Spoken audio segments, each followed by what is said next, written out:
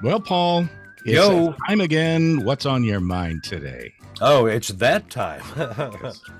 Well, you know what's interesting from my point of view, and you're going to have to join in, or this could be a I very have no short idea. segment. No. Um, we have a pod nugget in today's episode, again about artificial intelligence. Hmm. This is something we're going to be wrestling with for the next several decades. And the premise here is that sometime in the near future, we are going to have therapists that are chatbots, not real people. They are, they're. I guess they're non-directive therapists. They're just very good at asking questions. Well, why do you say that? Interesting. Tell me some more. Why did you say that? And I don't know. I don't know. You got any thoughts on that? You don't know? Well, what is to know? I mean, we're constantly being bombarded with more and more uh we're constantly being bombarded with more and more IT, right? Uh and we just don't know where it's all going to lead. There's this new program now called Chat GPT. Okay, you probably heard of it. No. Well, Chat GPT is something that if I'm talking to you, let's say on the phone, you will think that it's me talking to you, and it sounds like me, and it sounds like the things that I would say, but it's not. It is a program that has basically replicated my voice and personality. So, what do you do about that? So they call your grandchildren asking for money, or what? Yeah, could be. What's the purpose, really? Could be something like that. I mean, it's supposed to have good purposes, but Okay. it could Uh, certainly be, I'm uh, not sure what those good purposes are, but well, it's certainly perverted. yeah, so they have somehow they have to sample your voice. Well, Yeah, I guess my point is the technological advances in artificial intelligence are exceeding our ethics. We don't know how to handle some of these options that are out there until after they're in the marketplace. right. Yeah. Okay, so that doesn't make you sleep less at night? Well, I take a pill for that. Okay. But in the absence of that, yeah, of course. I mean, I get more and more nervous about the fact that I don't know what is controlling my life. I don't know if I am able to even prevent certain things from happening that could affect my life and the lives of people that I know. I mean, how do you know that I'm actually talking to you right now? Huh?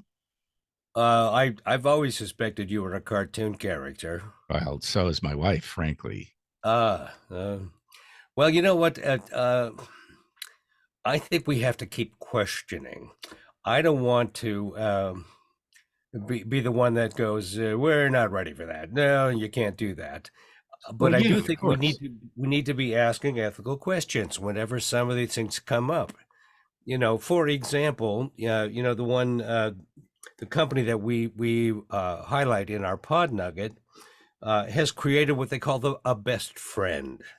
Yeah, And the more you talk to this best friend, the best friend learns more they about learn more you about and you. is a good listener and is very encouraging. Uh huh. Go on.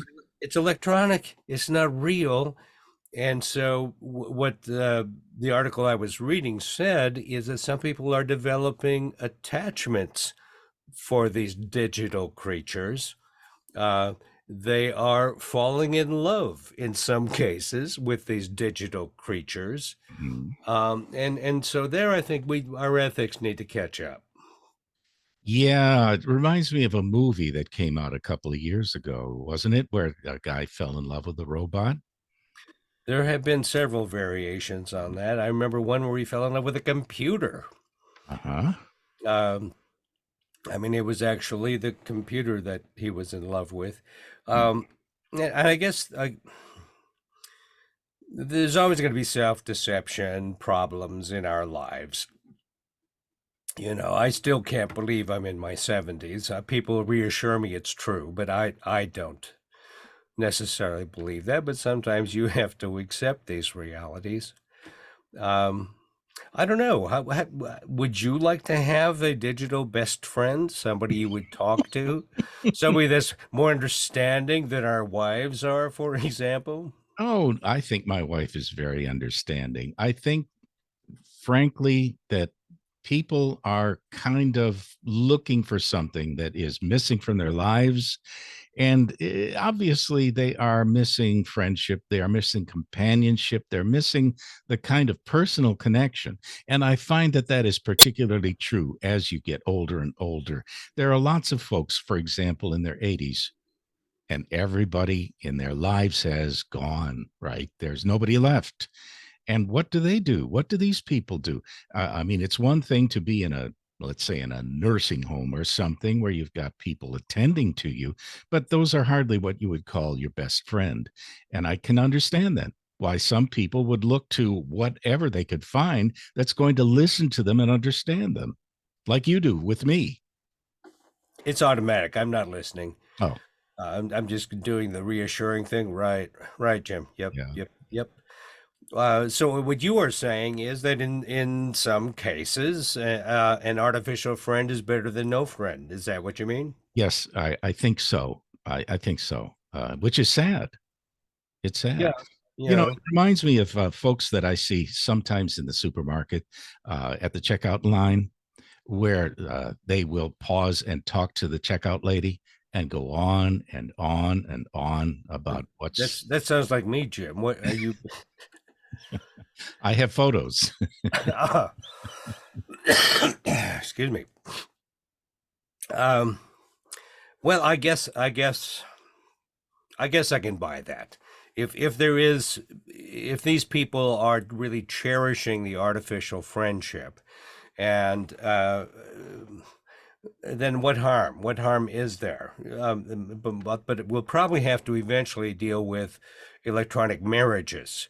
Somebody wanting to, have a permanent relationship with this electronic BC. Oh, Uh, yeah. And Paul, what yo, about the children?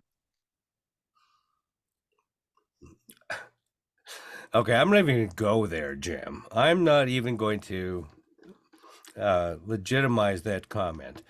But it wouldn't. I think it wouldn't be beyond some people to want to formalize a relationship with an artificial chatbot. Uh, on the other hand, buying them a wedding gift would probably be quite simple. Yeah, what Uh, sort of gift would you give to a chatbot? uh, Probably a coupon, an electronic coupon for, I don't know, an electronic massage. I don't know.